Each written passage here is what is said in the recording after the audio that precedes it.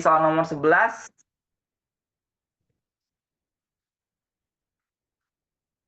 Di soal nomor 11, di sini eh, di Hari Perempuan Sedunia, perempuan berdemonstrasi untuk menuntut direvisinya minimal pasangan perempuan dalam undang-undang perkawinan. Sebab di negara berkembang,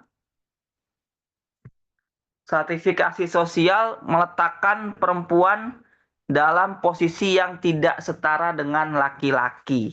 Kayak gitu ya. Nah, di sini kalau kita lihat ini pernyataannya di atas ini yang di atasnya betul apa salah menurut kalian? Nah, kita lihat di sini ya. Ini pernyataannya salah kayak gitu ya.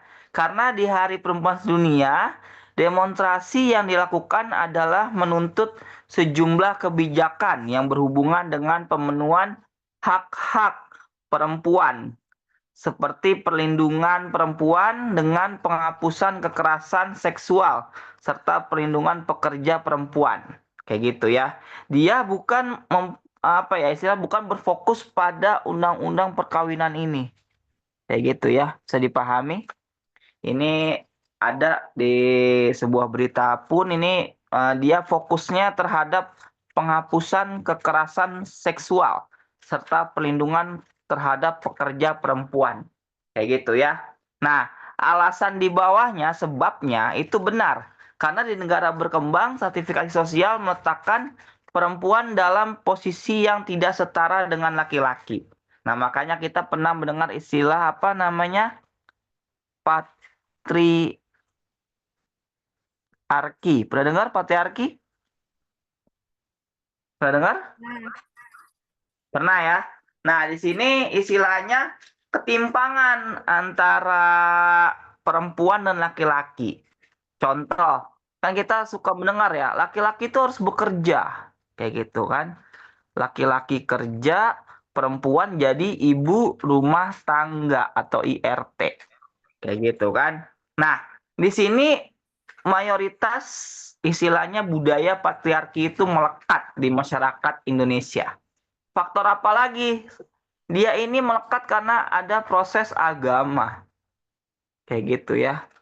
Nah, kalau kita ngelihat hampir banyak agama ini mempengaruhi budaya patriarki di situ. Bisa dipahami ya. Jadi perempuan itu secara stratifikasi yang vertikal itu dia berada di bawah kayak gitu. Di bawah dari laki-laki. Nah, ini ntar akan muncul nih ada gerakan namanya feminisme. Nah, feminisme ini ntar akan terbagi lagi. Ada yang feminisme barat, ada feminisme timur, kayak gitu ya, dan lain sebagainya. Itu ada 4 kategori feminisme, kayak gitu. Nah, ini gerakan istilahnya perempuan harus bisa berdikari, kayak gitu ya. Nah, harus bisa kerja, harus bisa setara dengan laki-laki, kayak gitu. Karena ini akan berbeda istilahnya. Kita kan melihat ya, kalau perempuan sama laki-laki bedanya apa sih menurut kalian? Ini kan yang masuk ada Anissa sama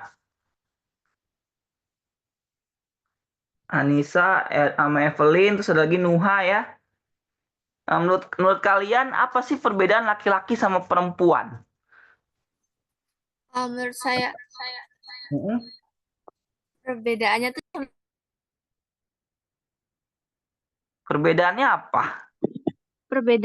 di bentuk fisik sama mungkin kalau cewek tuh lebih feminim, terus kalau cowok tuh maskulin gitu aja sih kalau menurut saya perbedaannya. Oke. Nah, itu ada yang namanya bahasanya apa ya? Dia itu perempuan itu oke lebih feminim. Terus laki-laki lebih maskulin kayak gitu ya. Itu betul. Tapi selain fisik, emosional itu penting kita juga ketahui kayak gitu ya. Perempuan itu seperti apa secara emosional, laki-laki itu seperti apa secara emosional. Nah, itu akan muncul yang namanya, kalau kamu pernah dengar istilah gender. Pernah dengar kata gender? Pernah. Nah, ini dia ada gender, ada versusnya ini ada seks. Kayak gitu ya. Nah, kalau seks ini dia akan berlaku terhadap jenis kelamin. Nah, tadi secara fisik. Kayak gitu ya. Nah, gender ini bisa dibilang perannya. Oke, bisa dipahami? Nah, tadi ada yang bilang tuh kan secara fisik kita berbeda laki-laki sama perempuan. Kayak gitu. Itu berdasarkan seks lahiriah kayak gitu ya. Perempuan itu menyusui kayak gitu kan, itu laki-laki kan nggak mungkin punya kayak gitu. Nah, begitupun perempuan melahirkan kayak gitu ya. Nah, itu laki-laki juga nggak punya. Nah, itu secara fisik. Nah, tapi secara gender ini akan sama kayak gitu. Makanya tadi muncul gerakan feminisme kayak gitu ya, bisa dipahami ya. Jadi konsepnya di gender ini kayak gitu. Makanya kalau kita lihat tadi Hari Perempuan Sedunia, dia akan mempertimbangkan tentang kesetaraan gender. Kayak gitu ya. Oke, bisa dipahami. Nah, gender ini peranan sosialnya kayak gitu. Makanya tadi kakak bilang tuh kan, gender itu ketika perempuan dan laki-laki itu dihadapkan sama peranan sosial. Kayak gitu. Bisa dipahami. Laki-laki bisa bekerja, perempuan juga bisa bekerja. Peran kayak gitu kan, setara.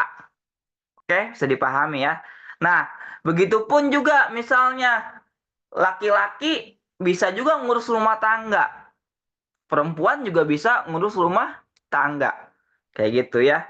Emangnya laki-laki nggak bisa nyuci, nggak bisa ngepel, nggak bisa kegiatan rumah tangga? Kan pasti bisa dong. Nah, begitupun juga perempuan. Nah, itu konsep dari gendernya, peranan. Kayak gitu ya. Nah, yang berbeda di seksnya ini, kita nggak bisa ngubah nih seksnya. Kecuali kita ada tuh istilahnya operasi. Kayak gitu. Kayak contoh, ada artis ya di Indonesia. Nah, itu dia pengen banget jadi perempuan. Nah, akhirnya berubah secara seks fisik. Kayak gitu. Nah, tapi secara gender dia bisa juga berubah. Kayak gitu ya. Nah, bedanya secara seks dia nggak bisa berubah total. Kayak gitu ya, bisa dipahami. Karena kalau dia istilahnya operasi, dia nggak bisa tuh istilahnya melahirkan kayak gitu ya. Kecuali ditanam dari itu rahim. Kayak gitu ya, bisa dipahami ya di situ. Oke, bisa dipahami di situ ya. Nah, itu istilahnya kesamaan dari gender. Nah, ini masuk ke Hari Perempuan Sedunia. Ada pertanyaan? Jadi jawabannya di bawahnya itu betul, di atasnya itu salah. Kayak gitu ya. Salah betul, jadi jawabannya apa?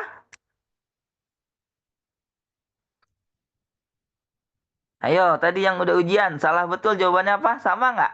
Formatnya pasti sama atau berbeda? Salah betul berarti jawabannya yang delta. Kayak gitu ya. Oke, ada pertanyaan? Suara kakak dengan jelas ya? Ada pertanyaan soal nomor Kedengeran, Kak. 11? Cukup ya? Kalau mau bertanya Cukup. langsung aja. Oke, di soal nomor 12, di sini ada menerima lebih banyak calon PNS. Nih, yang berasal dari etnis mayoritas adalah salah satu bentuk penghargaan terhadap etnis mayoritas yang telah menduduki strata sosial tinggi dan segi etnis. Sebab pemenuhan kebutuhan terhadap hak-hak mayoritas adalah upaya untuk menghindari konflik di masyarakat. Nah, ini kalau kita lihat ya di sini jawabannya nomor 72. Ini di atas adalah salah, Di bawah juga salah. Jadi jawabannya E. Kenapa E? Nah, kita lihat lagi di sini. Nah, menerima lebih banyak calon PNS yang berasal dari etnis mayoritas adalah menunjukkan bentuk keberpihakan terhadap dominasi etnis mayoritas yang telah menduduki stratifikasi sosial tinggi dan segi etnis. Nah, itu jelas salah. Kayak gitu. Kenapa salah? Nah, di sini kalau kita lihat, eh, menunjukkan bentuk keberpihakan terhadap dominasi etnis mayoritas yang telah menduduki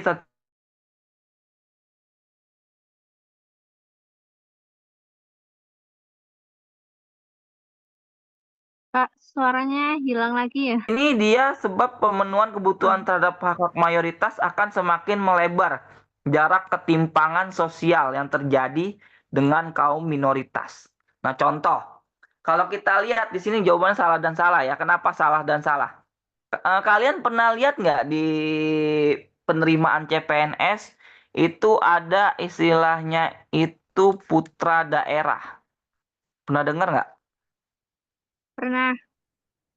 Nah, putra daerah atau bahasanya itu kalau di Papua itu putra-putri khusus Papua. Kayak gitu kan. Nah, ini bisa dibilang apa? Bentuk eh, kesetaraan. Kayak gitu ya. Kesetaraan bahwa orang Papua atau putra daerah itu bisa juga ikut CPNS dengan jalur khususnya. Kayak gitu. Disiapkan jalur khususnya. Nah, ini faktor utamanya kenapa? Lagi-lagi kita ngelihat pusat istilahnya pendidikan itu paling banyak di Pulau Jawa. Kayak gitu ya. Nah, ini Jawa ini kakak kemarin bilang Jawa sentris banget kayak gitu. Dari pendidikan, PTN yang paling bagus ada di Pulau Jawa. Kayak gitu kan, betul nggak? Tadi ada yang mau masuk Oh. UGM, ada yang mau masuk ITB, ada yang masuk UI, ada yang masuk UNAIR. Itu kan PTN bagus di Pulau Jawa dan bahkan capnya seluruh Indonesia. Kayak gitu kan. Bahkan putra-putri daerah itu pengen sekali kuliah ke Jawa. Kayak gitu. Bisa dipahami ya di situ. Nah, dari faktor pendidikan, prioritasnya itu di Pulau Jawa. Nah, tapi kita akan memberikan kuota kalau kalau kata BKN itu kuota khusus untuk putra-putri daerah. Kayak gitu. Dia ada jalur khususnya sendiri. Dan ujiannya juga berbeda dari istilahnya kesulitan soalnya dan istilahnya poin penerimaannya itu dia lebih agak sedikit rendah kayak gitu ya, bisa dipahami ya di situ. Nah, ini makanya di atasnya salah, bawahnya juga salah. Karena nggak mungkin tuh mayoritas misalnya PNS harus orang Jawa. Kayak gitu, itu nggak mungkin. Bisa dipahami ya. Walaupun ada, kakak pernah dengar, kalau di PNS itu ada istilahnya, kalian pernah dengar nggak istilahnya babi kuning? Ini singkatannya agak kurang ajar ya, agak kurang bagus kayak gitu ya. Babi kuning ini singkatannya dari Batak, Bima, dan Kuningan. Kayak gitu. Nah, ini mayoritas di PNS. Kayak gitu ya, Batak, Bima, Kuningan. Itu mayoritas. Kalau kalian lihat itu ada penelitian di tahun 2003. Itu penelitian dari tim sosiologi juga dari kampus kakak. Itu ada penelitiannya tentang PNS itu mayoritasnya babi kuning, Batak, Bima, Kuningan. Kayak gitu. Dilihat dari kuota semua PNS itu di situ. Nah, ini tapi bisa menjadi implikasi juga kayak gitu ya. Namun tidak akan membentuk stratifikasi sosial yang tinggi. Bisa dipahami ya di situ. Oke? Ada pertanyaan tentang nomor 12? Soal nomor 12? Ada pertanyaan? Anissa, Evelyn, Nuha, cukup jelas? Ingat ya, di sini ada konteks, ada mayo, ada mino. Kayak gitu ya. sistem mayoritas yang lebih banyak, terus ada lagi yang minoritas, kayak gitu, yang sedikit. Bisa dipahami ya di situ. Oke, cukup jelas ya. Kita lanjut lagi nomor 13. Di soal nomor 13, di sini ada pada masyarakat kota mengundang untuk acara apapun akan merasa dihargai jika undangan tertulis. Sementara di masyarakat desa justru datang secara lisanlah yang lebih dihargai. Sebab masyarakat desa lebih suka bertemu langsung daripada bermedia kertas. Kayak gitu ya. Nah, ini kalau kamu lihat tadi ada ya si Anissa itu dari Jogja ya, SMA 1 Jogja ya. Nah, di Jogja Iya, Kak. bagaimana nih? Suka nggak masyarakatnya itu kalau ada hajatan atau undangan itu enakan diobrolin langsung atau pakai kertas? Ayo, coba kamu amatin deh kalau di Jogja Kalau di sini pakai kertas, Kak. pakai kertas. Nah, itu berarti Jogjanya kamu masih kota. Betul ya? Bukan Jogja yang pedesaan ya? Iya, kota. Iya. Nah, kalau di masyarakat kota itu jelas dia masih pakai kertas, Bukan. surat menyurat. Kayak gitu ya. Kayak gitu. Nah, beda dengan masyarakat desa. Kalau masyarakat desa kalau ada hajatan, itu didatengin. Gitu. Kita datengin orang, ngobrol gitu kan. Kita untuk minggu depan ada hajatan ya. Putri terakhir kita mau menikah kayak gitu kan, atau mau ada acara kayak gitu kan. Nah, itu bentuk dari istilahnya budaya masyarakat desa kayak gitu ya. Karena kalau kita datengin ke rumahnya, kita istilahnya merasa menghargai orang yang kita undang dan pasti orang itu datang kayak gitu. Nah, kalau di kota, kalau kita cuman sekedar lisan itu besok lupa kayak gitu. Nah, makanya kertas itu sebagai medianya. Makanya muncul itu istilahnya kayak sejenis amplop ya. Itu bisa dibilang amplop undangan kayak gitu. Bisa dipahami ya.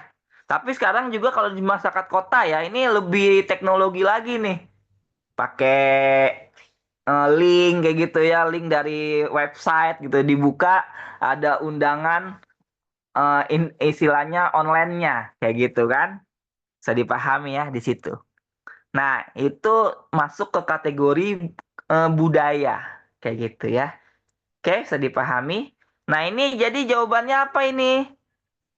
Nah, sini jawabannya di atasnya benar, di bawahnya benar dan dia berhubungan. Bisa dipahami ya, benar-benar berhubungan. Oke? Ada pertanyaan nomor 13? Kak, tapi besok tuh di opsinya ditulisin kan ada opsinya kan? Iya. Kalau di Oh iya. apa namanya? Di soal ujian mandiri itu pasti ada keterangannya. Iya.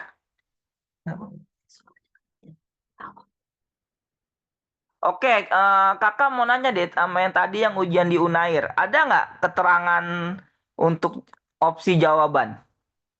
Tadi si siapa? Evelyn? Sejujurnya tadi sih di UNER nggak ada soal sebab akibat gini sih Kak. Kayak cuma soal biasa Ada. gitu. Soal ABCDE ya? Iya, kayak Oke, penalaran. oke. Sosionya Nah, tebak-tebakan gitu. tebak-tebakan maksudnya? Pokoknya untuk sosiologinya kayak materi biasa gitu loh. Jadi jawabannya gampang kayak soal-soal di sekolah SMA gitu. Oke, satu soal apa sih kakak kepo kalau di sosiologinya yang kamu ingat tadi apa? Soalnya kayak apa?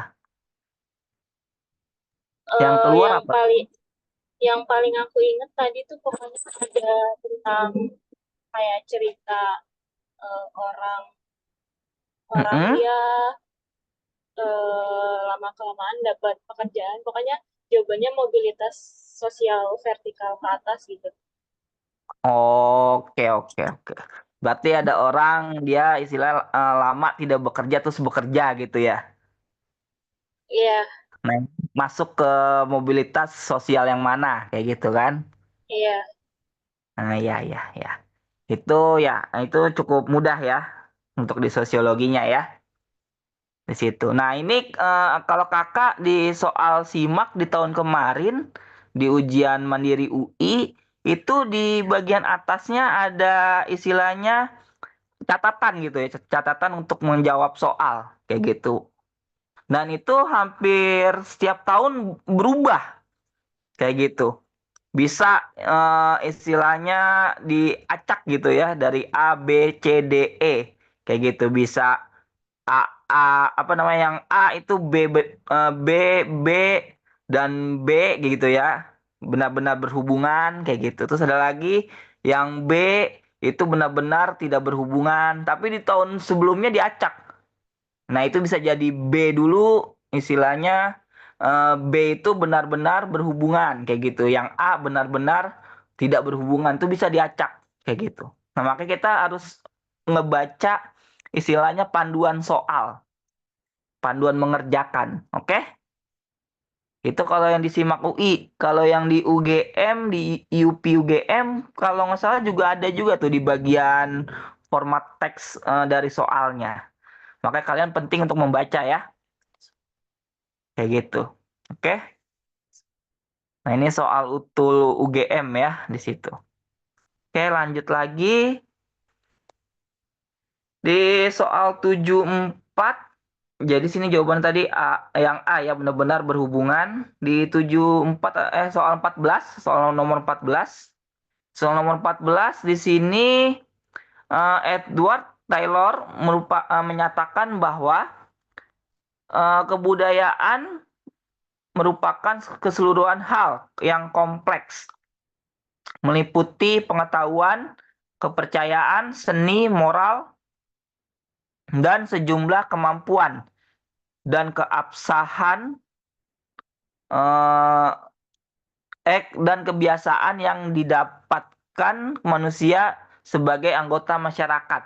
Sebab dapat dipastikan setiap masyarakat dimanapun pasti memiliki kebudayaan. Kayak gitu ya. Nah, ini ada teorinya dari Edward Taylor. Ini dia menyatakan bahwa kebudayaan merupakan keseluruhan hal yang kompleks. Nah, ini berarti clear sama dia, betul. Kayak gitu ya. Nah, di sini dia meliputi pengetahuan, kepercayaan, seni, moral, dan sejumlah kemampuan dan kebiasaan yang didapatkan manusia sebagai anggota masyarakat. Kayak gitu ya. Bisa dipahami ya. Nah, di sini yang di bawahnya dapat dipastikan setiap masyarakat dimanapun pasti memiliki kebudayaan. Nah, ini juga betul. Nah, ini betul-betul berhubungan. Kayak gitu ya. Kenapa berhubungan? Nah, kita kaji lagi dengan beberapa masyarakat di seluruh dunia ini. Dia pasti memiliki misalnya tadi kepengetahuan, ada kepercayaan, ada seni, ada moral, dan sejumlah kemampuan eksklusif yang berbeda-beda, serta kebiasaan yang berbeda-beda. Kayak gitu ya. Contoh, kalau Indonesia, di Indonesia bisa nggak kita kaji dengan Edward Taylor? Pasti bisa kan? Misalnya nih, contoh nih, tadi ada yang dari orang Jogja. Di Jogja mayoritas sukunya Jawa. Anissa asli orang mana? Jawa atau bukan? Iya, Jawa ya. Nah, di saya Jawa dari ada. Sunda. Oh, Sunda. Anissa dari Sunda. Oke, tadi Iya, Evelyn. Kalau Evelyn orang mana? Evelyn asli orang mana? Kalau boleh tahu kakak.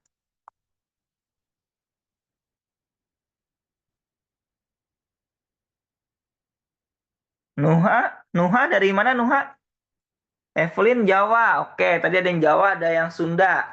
Nah, kalau kita lihat di sini, ada nggak perbedaan dari contoh kemampuan atau seni atau kebiasaan? Kalau kepercayaan pasti mayoritas di sini kalau nggak Islam, Kristen, kayak gitu kan. Nah, tapi kepercayaan jangan dibahas dulu deh. Kita bahas yang seni, moral, dan kemampuan serta kebiasaan. Ada nggak istilahnya perbedaan antara orang Sunda sama orang Jawa? Kalau dari segi kebudayaannya, menurut kalian ada nggak? Tadi yang Ada, Anissa, biasanya kalau kalau kebiasaan dan kemampuan kamu apa yang paling unggul ada Kak. di Sunda menurut kamu?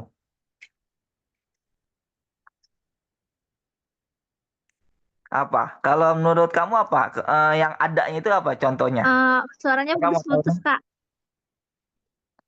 Suara kakak putus-putus ya? Iya, Oke, kalau ada tadi kamu bilang apa contohnya dari sisi seni, kemampuan dan kebiasaan dari masyarakat Sunda? oh, ya beda sih Kak. Kalau ya seninya kan beda ya. Kalau di Sunda tuh, Iya, kalau Sunda seninya apa paling terkenal? hmm, kalau di tempat saya tuh kerajinan Kak. Soalnya saya kan daerah Tasikmalaya kan Kak. Oke, Tasikmalaya kerajinan. Kerajinan apa? Berarti kan kemampuan ya, kemampuan untuk mengolah sesuatu. Nah, Iya, kerajinannya apa? payung gelis. Payung gelis. Iya, Berarti payungnya diwarnain atau dibikin apa gitu? iya dihias gitu. Dihias, oke. Dihias sehingga payungnya terlihat cantik ya. Iya, Oke. Nah, terus ada lagi nggak kebiasaan yang beda di Tasikmalaya? hmm, Yang unik apa deh, ya? yang unik. Kebiasaan yang unik. Yang hanya ditemukan di Tasikmalaya. Soalnya kakak 2 kali pernah ke Tasik. Saya Kakak malah ngamatin kalau lebaran doang Kak. lebaran doang ya. Iya, Oke. Kamu Tasiknya daerah mana? Deket Taraju saya nggak? enggak. Enggak ya. Arah kemana? Saya tuh Cisayong. Oh, Cisayong. Oke. Nah, kakak pernah mendengar tuh orang Tasik itu ramah-ramah dan mudah berbaur. Makanya Tasik itu ada singkatannya eh, cakap asik kayak gitu. Nah, itu kakak pernah dengar tuh di masyarakat Tasik. Terus juga dia itu hampir banyak istilahnya bertutur katanya itu sopan kayak gitu. Nah, itu kebiasaannya kayak gitu. Lemah lembut kalau berkata. Kayak gitu ya. Kalau Nuha, Nuha dari mana?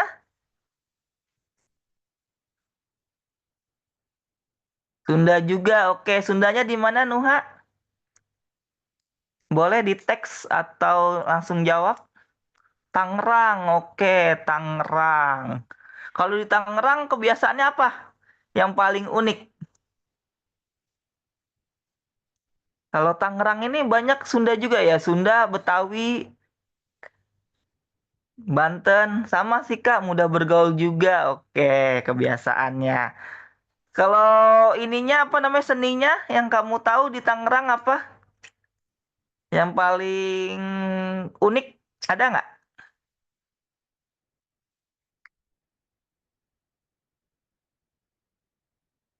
Di Tangerang apa yang paling unik? Kebudayaan dari seninya. Aduh, nggak tahu Kak. Oke, nggak tahu ya. Kakak juga kurang paham tuh kalau Tangerang tuh. Soalnya yang kakak tahu Tangerang itu udah masuk daerah perkotaan juga dia. Terus juga dia perpaduan tuh, ada yang dari Betawi, ada yang dari Sunda, ada yang dari Jawa, kayak gitu. Jadi bercampur aduk tentang kebudayaannya di situ ya. Dia mirip kayak Bekasi kayak gitu. Oke, jadi di sini jawabannya yang A ya, cukup jelas ya. Dia benar-benar dan berhubungan. Lanjut lagi di soal nomor 15. Di soal nomor 15, kekuasaan politik secara otomatis menjadikan seseorang menjadi sewenang-wenang. Sebab negara berpaham demokratis juga akan memberikan kekuasaan politik pada pemimpin yang bersewenang-wenang. Nah, ini jelas ya.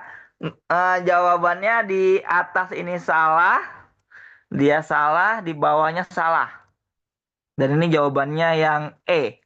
Kayak gitu ya. Karena kita lihat dulu di sini. Kenapa yang E? Kenapa dua-duanya salah? Nah, kita baca dulu ya di ininya.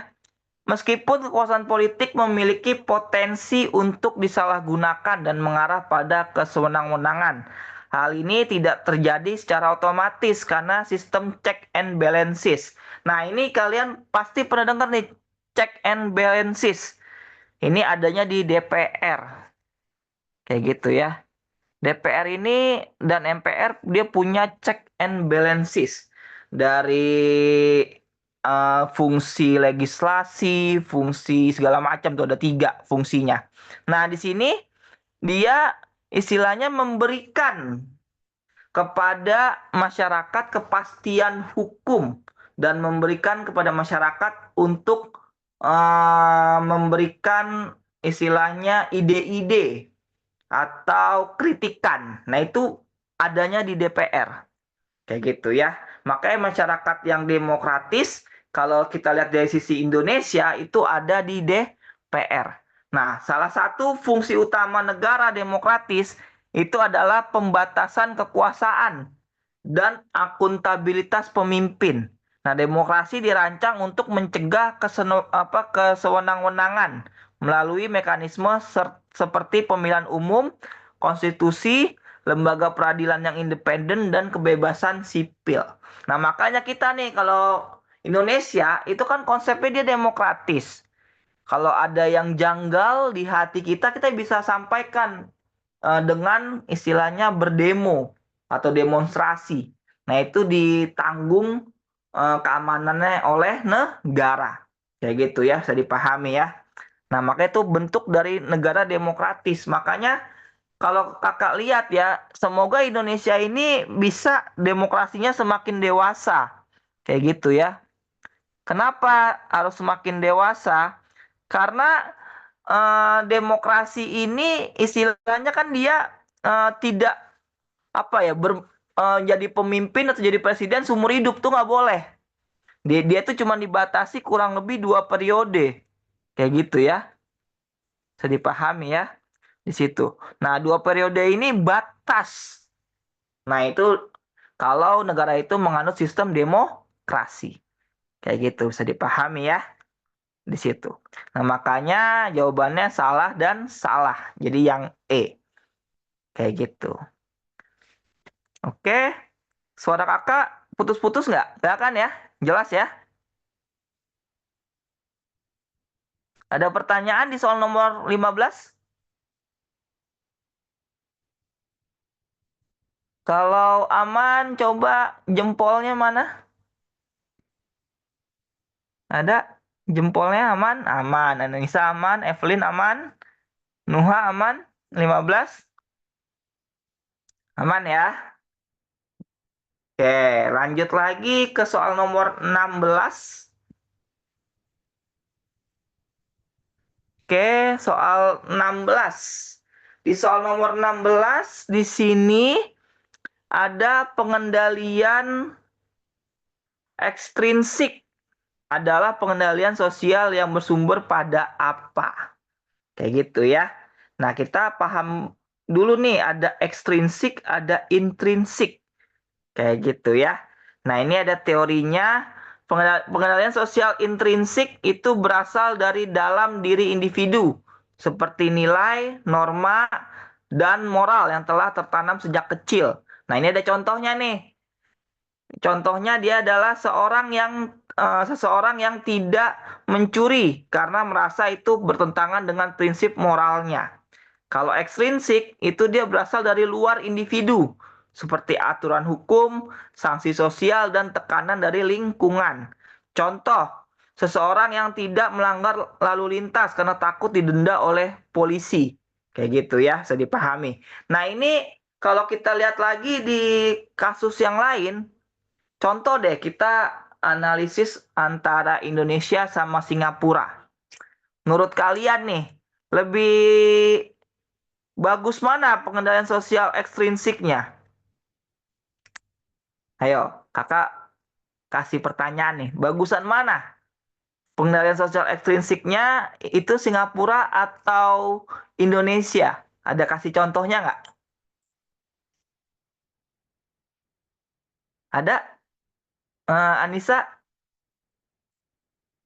atau Evelyn atau Nuha? Menurut kalian gimana? Lebih bagus mana pengendalian sosial ekstrinsiknya Singapura atau Indonesia? Nah, ini ada yang jawab Evelyn, Singapura. Kenapa, Evelyn? Kenapa lebih bagus Singapura menurut Evelyn?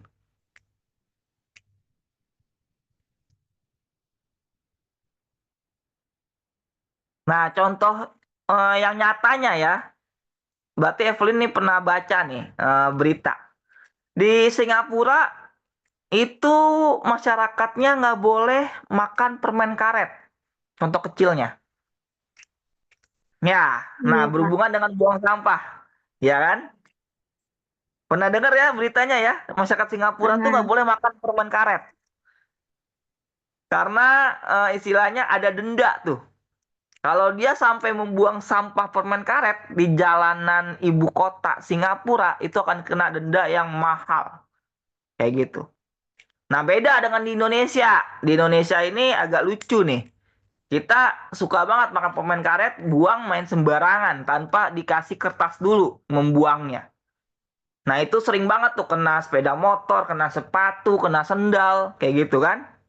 Bahkan juga nih kalau di sekolah atau di kampus, itu kita suka banget tuh makan permen karet, habis dimakan ditaruh di bawah kolong meja. Itu kebiasaan-kebiasaan yang buruk ya dari warga Indonesia. Kayak gitu ya. Nah, itu masuk ke pengendalian sosial ekstrinsik. Kayak gitu. Karena di Indonesia, permen karet itu nggak ada hukumnya membuang sampah permen karet. Kayak gitu. Kecuali kita membuang sampahnya ke sungai, itu baru ada kena denda. Walaupun nggak ada istilahnya apa ya, denda di tempat itu nggak ada. Kayak gitu. Beda dengan di Singapura. Kalau di Singapura ada CCTV tuh. Jadi masyarakatnya kelihatan yang buang sampah. Tiba-tiba kalau dia ketahuan buang sampah, besok harinya didatangi oleh polisi. Karena sudah terlihat di CCTV. Kayak gitu ya. Nah, ini kita penting juga nih untuk di Indonesia ya. Semoga Indonesia semakin bagus penerapan hukumnya. Kayak gitu ya. Nah, di sini juga ada nih pengendalian sosial intrinsik. Nah, tadi dia berdasarkan nilai dan norma dan moral yang tertanam sejak kecil. Nah, ini contohnya ada lagi di Indonesia atau di Singapura atau Jepang. Kayak gitu ya. Kalian pernah lihat nggak di Jepang itu masyarakatnya, terutama anak kecilnya, sudah diajarin untuk istilahnya dewasa dan harus bersikap jujur. Pernah dengar nggak di Jepang?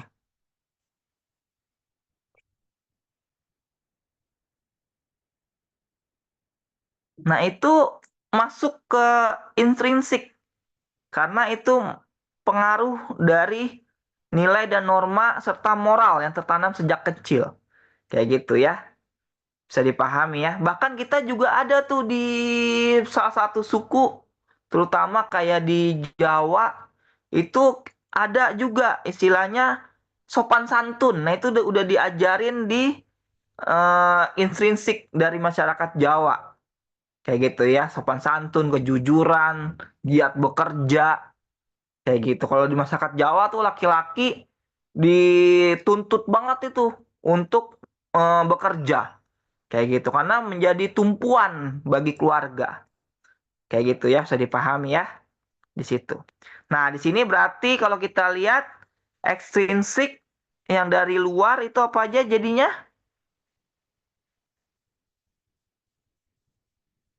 Jawabannya itu yang benar adalah yang 2 dan 4. 2 dan 4. Karena ekstrinsik berarti dari luar ya. Ingetin ya. Ini dari luar. Kayak gitu. Kalau dari luar berarti orang lain dan nasihat beserta saran. Kayak gitu ya. Bisa dipahami ya. Kalau in berarti dalam. Ingetin aja. In dan X. Kayak gitu. Oke? Aman ya nomor 16? Aman ya, jempolnya mana jempolnya? Jempolnya aman ya? Aman. Anissa aman, Evelyn aman, Nuha aman ya? Oke, aman. Masih gampang nih. Lanjut lagi. Ada di sini kelompok sosial dapat terbentuk dari berbagai faktor, tergantung dinamika sosial yang terjadi pada masyarakat. Berikut ini merupakan faktor pembentuk kelompok sosial. Nah, ini penting nih. Ini masuk ke soal yang paling hot, yang sering keluar. Kayak gitu ya, tentang kelompok sosial. Nah, kelompok sosial ini dia bisa dibilang apa ya, bahasanya itu kesamaan dari kepentingan. Kayak gitu. Makanya kelompok sosial tuh hadir ketika ada kesamaan kepentingan. Nah, contoh di sini. Yang pertama, poin pertama. Di poin pertama itu kelompok sosial sering terbentuk karena individu-individu memiliki tujuan dan minat yang sama, seperti kelompok hobi atau kelompok profesi. Nah, ini contohnya misalnya ada IDI. Pernah dengar IDI? Ikatan Dokter Indonesia. Kayak gitu. Atau IMI, Ikatan Motor Indonesia. Itu hobi dari motor ya. Di situ. Berarti dia kelompok sosialnya terbentuk karena tujuan dan minat yang sama dari profesi atau hobi. Bisa dipahami? Terus yang kedua, ini ada pertalian darah. Nah, ini masuk ke Gemeinschaft-nya ini. Di Gemeinschaft ini atau genealogis atau keturunan.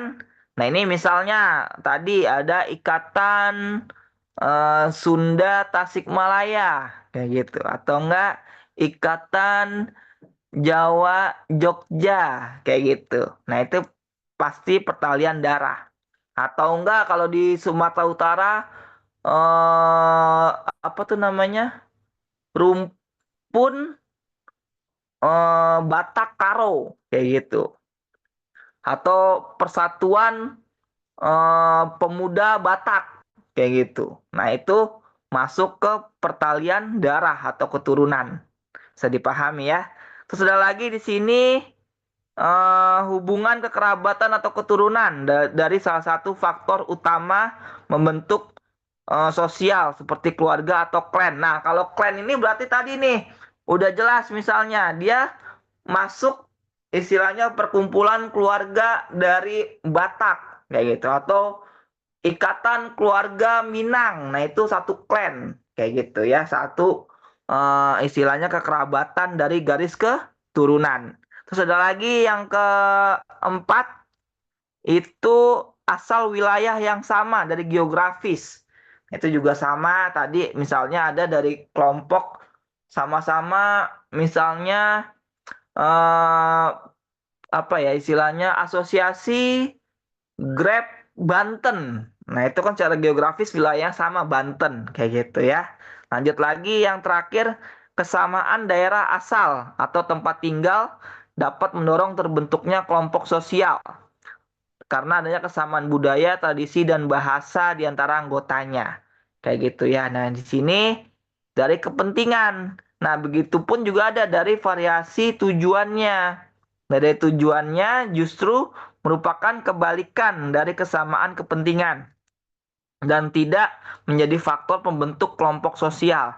Nah, kelompok sosial umumnya terbentuk karena adanya kesamaan, bukan perbedaan tujuan ya di situ. Jadi jawabannya di nomor 77 ini semuanya benar. Kayak gitu. Jadi jawabannya yang E. Tapi di nomor 4 ini dia bisa dibilang untuk kita garis bawahi nih. Dia benar apabila tadi ada kesamaan dan dari kepentingan itu. Bisa dipahami ya di situ. Karena kelompok sosial itu pasti terbentuk atas kesamaan dulu. Oke, bisa dipahami? Ada nggak kelompok sosial yang beda dari istilahnya hobi kayak gitu kan nggak ada ya? Bisa dipahami ya di situ. Misalnya ada kelompok sosial yang beda, setiap anggotanya beda-beda sendiri orientasinya, itu nggak mungkin hadir itu kelompok kayak gitu ya. Bisa dipahami. Contoh, kalian pernah dengar nggak ada kelompok sosial yang cukup unik di Indonesia? Pernah dengar nggak kelompok sosial apa? Boleh kasih contohnya? Evelyn atau Anissa atau Nuha, pernah dengar nggak kelompok sosial yang unik di Indonesia?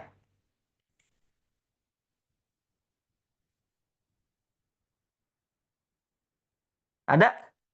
Kakak ada contoh nih. Kakak lagi ngamatin itu kelompok sosial yang cukup aneh di Indonesia. Salah satunya kelompok sosial Horek. Pernah dengar nggak? Di Jawa Timur itu ada pencinta Horek. Bener ya, tulisannya Horek ya. Itu nyalain musik sampai merusak rumah-rumah warga. Dan itu nggak dilarang gitu loh. Malah menjadi warisan budaya. Iya, tulisannya Horek. Kayak gitu ya. Nah, itu ntar kamu nih yang kuliah di Unair siap-siap tuh. Karena cukup dekat dengan Jawa Timur ya. Kayak gitu. Iya, maksudnya wilayah-wilayah yang banyak horeknya itu di Jawa Timur tapi bukan di perkotaannya. Kayak gitu ya. Bukan di Surabayanya ya. Masih aman Evelyn. Oke. Kalau kamu ntar main tuh ke wilayah Ponorogo segala macam daerah Jawa Timur tuh itu horeknya kenceng banget tuh. Daerah Magetan itu ada juga tuh di situ ya. Nah, itu menjadikan apa? Hal yang unik kayak gitu. Ada lagi yang unik di Indonesia menurut kalian? Ada nggak kelompok sosial yang unik? Yang nggak ada di luar negeri bahkan di dunia inilah.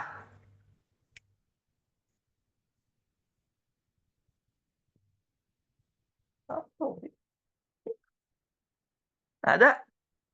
Nah, lebih gampangnya gini. Di Indonesia itu ada perkumpulan otomotif. Misalnya pencinta Vespa. Kayak gitu ya. Atau pencinta motor RX King. Itu kan unik ya. Motor-motor jadul. Kayak gitu. Di luar negeri ada nggak? Mungkin ada, tapi sedikit kan di situ. Karena Indonesia ini apa aja pasti unik keluar kelompok sosialnya. Jangan sebut ormas ya kelompok sosial yang unik ya.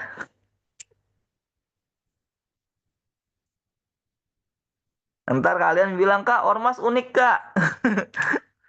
Jangan ya. Lanjut lagi. Aman ya soal nomor 17 ya. Aman. Oke, nomor 18.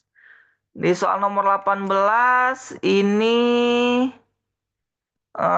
soalnya pernyataan mengenai mobilitas berikut yang benar yaitu apa? Nah, soal sosiologi pasti keluar nih yang mobilitas nih. Maka kita harus paham betul mobilitas itu apa. Kalau kakak membuat pemahaman tentang mobilitas tuh ingat aja ada mobil lah. Kayak gitu ya, mobil itu dia berjalan, dia bisa maju, bisa mundur. Kayak gitu ya. Jadi mobil itu dia jalan, bisa maju, bisa mundur. Kayak gitu. Bisa istilahnya apa ya, bergerak atau diam kayak gitu. Nah, mobilitas itu akan muncul lagi yaitu ada vertikal, ada horizontal, terus ada lagi intragenerasi sama antar generasi. Itu yang sering keluar. Makanya kamu harus paham nih. Kalau antar generasi berarti dia dua generasi. Antara anak sama orang tua. Kayak gitu ya. Nah, kalau yang intragenerasi itu di dalam satu individunya. Kayak gitu. Bisa dipahami ya. Misal contoh, ada nih, misalnya Pak Budi. Pak Budi awalnya itu seorang guru sosiologi. Kayak gitu. Nah, 4 tahun kemudian atau 10 tahun kemudian, dia diangkat menjadi kepala sekolah. Nah, itu masuknya dia mobilitas sosial intragenerasi vertikal. Kayak gitu ya, bisa dipahami ya di situ. Nah, mungkin ada lagi soal, ada dua generasi, misalnya keluarga dari Pak Joko. Pak Joko seorang polisi di daerah Jogja. Dia mempunyai anak laki-lakinya seorang misalnya pilot kayak gitu dan anak perempuannya seorang perawat. Nah, ini masuk mobilitas sosial antar generasi. Kayak gitu ya, bisa dipahami ya. Jadi ada perbandingan dua generasi itu antar generasi. Oke, kalau horizontal dia istilahnya cuma pindah tempat. Kayak gitu, pindah tempat tanpa naik jabatan atau naik level. Bisa dipahami ya, itu horizontal. Oke, ada pertanyaan? Cukup jelas ya? Nah, kalau kita lihat di sini dari soal ini dia ada yang pertama itu mobilitas sosial adalah gerakan sosial menuntut keadilan. Nah, ini salah. Jelas salah ya. Karena mobilitas sosial bukan untuk keadilan. Oke? Nah, yang kedua, mobilitas sosial adalah pergeseran nilai sosial dari baik menjadi buruk atau sebaliknya, ini juga salah. Karena mobilitas sosial nggak ngelihat nilai sosial yang baik dan buruk. Kayak gitu ya. Terus yang ketiga, mobilitas sosial adalah intensitas seseorang dalam interaksi sosial. Ini juga salah. Bukan ngelihat interaksi intensitasnya. Kayak gitu ya. Nah, yang keempat ini betul. Jadi jawabannya 4 saja. Yang D. Mobilitas sosial merupakan perubahan status dan peran seseorang dalam struktur sosial masyarakat. Kayak gitu ya. Karena dia di sini adanya peran dan status. Oke? Tadi peran udah kakak jelasin. Peran itu aslinya itu pekerjaan. Kayak gitu. Kalau status itu nilai yang dimiliki dan melekat pada diri seseorang. Kayak gitu ya. Misalnya status presiden, status apa namanya RT atau status karyawan. Nah, itu melekat pada diri seseorang menjadi nilai. Kayak gitu ya. Bisa dipahami? Nah, kalau peran itu pekerjaannya. Oke? Clear ya? Jadi jawabannya 4 saja yang delta. Oke, kita sampai 19.40 ya. Nah, 19.40, 5 menit lagi nih. 5 menit lagi pas 2 soal lagi ya. Nah, yang nomor 19, di nomor 19 ini juga soal masuk dalam kategori hot, suka keluar di ujian apa namanya mandiri. Kayak gitu ya.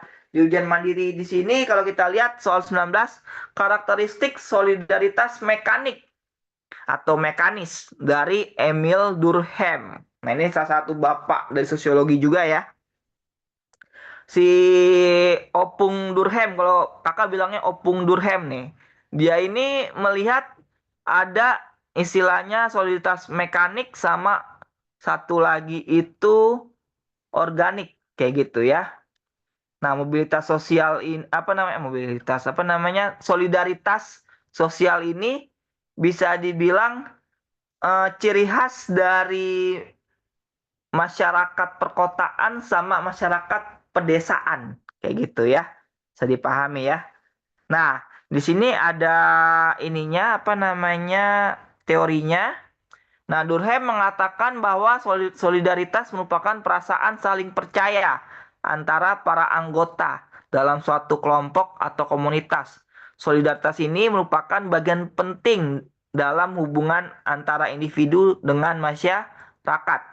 Nah, ini dalam bukunya Division of Labor in Society yang ditulis Durkheim pada tahun 1964, pertumbuhan dalam pembagian kerja meningkatkan suatu perubahan dalam struktur solidaritas sosial mekanik dan organik. Kayak gitu. Berarti itu dari mekanik ke organik. Nah, ini contoh bentuknya nih.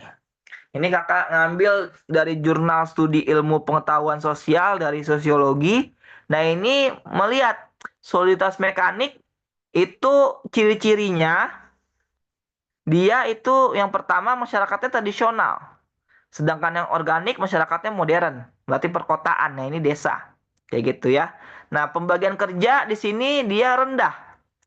Kayak gitu ya. Atau generalisasi. Nah, kalau di organik dia spesialisasi. Profesinya spesialisasi dia. Kayak gitu ya. Terus ada lagi sifat hukumnya di sini represif. Nah, sedangkan sini restitutif. Nah, ini berdasarkan norma dan hukuman. Kayak gitu ya. Terus yang selanjutnya kesadaran kolektif di sini tinggi. Nah, ini tenggang rasanya tinggi. Kalau ada apa namanya masyarakat yang berduka itu langsung didatengin, tinggi dia. Kayak gitu, langsung dikasih. Misalnya dia lagi kesusahan langsung dibantu. Nah, kalau di masyarakat perkotaan ini rendah. Lo gue kalau di kota. Kayak gitu ya. Nah, yang terakhir aksentuasinya di sini dia persamaan kolektif. Nah, di sini perbedaan individu. Kayak gitu ya. Jadi dia bersama-sama, yang satu lagi individual. Kayak gitu. Bisa dipahami? Aman ya? Nah, ini yang sering keluar di soal. Berarti kalau kita lihat di sini soal nomor 79 itu jawabannya yang satu betul, yang dua betul, yang tiga betul. Berarti jawabannya 1, 2, dan 3 yang A. Bisa dipahami ya? Ingetin kalau mekanis atau mekanik itu desa. Nah, kalau organik itu kota. Kayak gitu ya. Oke? Itu menurut teori Durkheim. Ntar yang masuk ke SOS ini akan dapat di semester 2. Itu akan dapat ya. Atau di semester 3. Oke, lanjut lagi soal nomor 20 yang terakhir. Di soal nomor 20 di sini dinamika sosial dipengaruhi oleh berbagai faktor, antara lain faktor internal dan eksternal. Nah, di sini kalau kita lihat berikut ini contoh peristiwa yang termasuk dalam faktor internal. Berarti dari dalam faktornya ya. Nah, berarti kalau dari dalam di sini jawabannya itu 1 masuk, 2 masuk, 3 masuk. Kayak gitu ya. Nisa, Santi, dan teman-teman tergabung dalam kelompok menjahit. Merupakan salah satu ekstrakurikuler di sekolah. Mereka akan mengadakan pameran hasil karya. Nah, ini masuk jelas. Yang kedua juga, Rino dan Sigit merupakan ketua dan wakil ketua di organisasi pencinta alam. Nah, berarti ini dia ini internal nih. Karena keduanya sama-sama memiliki rencana yang berbeda untuk kegiatan penyambutan siswa baru dan keduanya sama-sama tidak mau mengalah. Kayak gitu ya. Terus yang ketiga, di sini Rahmat dan Lukman sama-sama menjadi pengurus OSIS. Lukman selalu setuju dengan Rahmat selaku ketua OSIS karena dia yakin keputusan Rahmat telah tepat dalam mencapai kinerja OSIS. Kayak gitu ya. Jadi jawabannya 1, 2, dan 3. Oke, bisa dipahami ya. Nah, ini kalau kita lihat dia soalnya cukup mudah untuk soal nomor 20. Menurut kakak yang susah ini di soal nomor 19. Ini kalau kalian nggak tahu teorinya akan ribet ya. Kayak gitu, yang mekanik sama organik. Itu tapi sering keluar dia. Terus yang lebih susah lagi menurut kakak itu di soal nomor 16. Ini kalau kalian nggak tahu ekstrinsik sama intrinsik tuh akan repot juga kalian. Makanya kalian harus banyak juga mempelajari buku-buku teori dari sosiologi. Kayak gitu ya. Oke. Untuk 10 soal terakhir ini ada pertanyaan. Kakak kasih waktu 1 menit untuk bertanya. Ada? Kak, yang nomor 20 tadi yang pernyataan 4 tuh kenapa salah alasannya? Kenapa salah? Oke, kenapa salah? Rini dan Siva seringkali berbeda pemahaman dengan Anis terkait target kerja pada organisasi ekstrakurikuler karya ilmiah remaja yang mereka ikuti bersama. Nah, di sini kamu lihat Rini, Siva, ada Anis, kayak gitu kan? Kenapa salahnya? Nah, jelas ya. Dia ini masuknya ke internal apa eksternal? Nah, dari soal itu kan yang ditanya adalah faktor internal dari dalam. Kayak gitu ya. Nah, ini masuk ke faktor eksternal dari luar. Kayak gitu.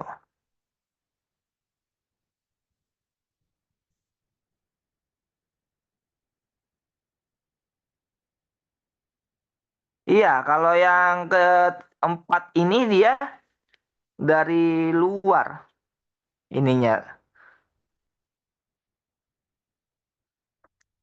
Bisa dipahami? Dia eksternal karena di sini kan dia ada target kerja pada organisasi ekstrakurikuler karya ilmiah remaja yang mereka ikuti bersama. Tapi adanya perbedaan pemahaman di situ ya. Oke, bisa dipahami?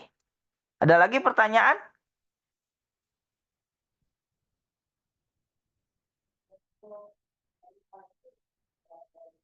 Ada lagi pertanyaan? Oke, aman ya? Oke, kalau ada pertanyaan lagi soal-soal dari sosiologi bisa dilempar ke grup. Ntar kakak kasih tahu jawabannya. Kayak gitu ya. Oke, ini kakak berharap juga untuk kalian yang belum ujian bisa istilahnya baca-baca dari soal-soal yang sudah pernah keluar ya. Itu diulas lagi, dikaji lagi. Kayak gitu. Terus juga kakak berharap banget kalian jaga kesehatan ya. Jangan sampai ketika ujian kalian sakit, itu sangat berbahaya sekali. Makanya kakak sarankan untuk jaga kesehatan, banyak minum vitamin dan banyak minum air putih dan banyak makan buah ya. Kayak gitu. Terus juga yang penting banget nih, mental siap menghadapi ujian. Ini penting nih. Kayak gitu ya. Kita sebagai mental petarung itu kita harus siap. Jangan sampai kita istilahnya kendor duluan, takut duluan tuh bahaya ya di situ. Karena kalau kita sudah pesimis, nah berarti hasilnya bisa pesimis juga di situ ya. Yang penting kakak itu saranin itu ada istilahnya manjada wajada. Kayak gitu ya, kalian tahu deh artinya di situ. Oke? Kakak berharap kalian lulus di pilihan pertama untuk ujian mandirinya. Kalau sudah lulus, jangan lupa ya kasih testimoni di grup kayak gitu ya. Terus juga jangan lupa juga untuk istilahnya kenalin ke teman-teman kalian untuk belajar bareng kita di Candu Belajar ya. Kayak gitu, oke? Terima kasih atas waktunya, Kakak akhiri. Kalau ada salah-salah kata, Kakak minta maaf. Assalamualaikum warahmatullahi wabarakatuh. Selamat malam semuanya. Makasih, Kak. Oke, thank you juga Evelyn. Thank you juga Nisa. Thank you juga Nuha. Oke.